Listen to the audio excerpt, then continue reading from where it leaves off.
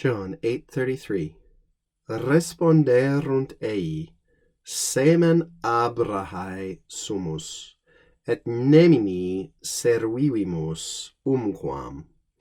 Quomodo tu dicis liberi eritis? They answered him, we are the seed of Abraham, and we have been slaves never to anybody. How then do you say you all will be free? Well, you can see from our translation here, we've got to add some punctuation in for our English brains. Responderunt ei. They answered him, and this is what they answered him.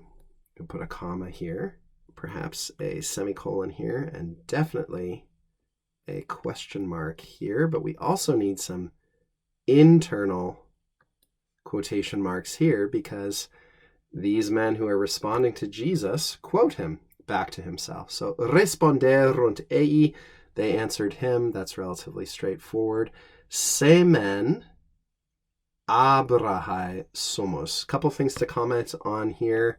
The unusual genitive singular of a masculine noun in I here. The weirdness is to be explained quite simply, as I'm sure you can guess, by the fact that this is a loan word from Hebrew.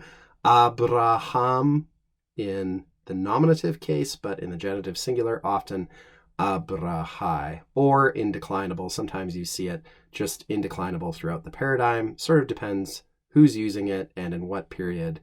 All kinds of wacky things can happen with Hebrew loanwords. We can just blame this on Dr. Howell one way or another. So we are somos semen Abrahai. We represent the seed, or maybe in modern English we would say the offspring of Abraham.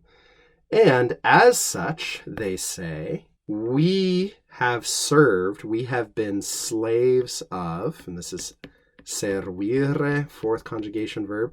We have been slaves always or ever, umquam, to no one. Now, of course, we would change that around in English and say we've never been slaves to anyone, numquam, but that's not what the Latin says. So we have never been slaves to anyone. Now, it's helpful to remember that this comes from nemo, which itself is derived from nullus homo, no man, no person, contracted over time into nemo.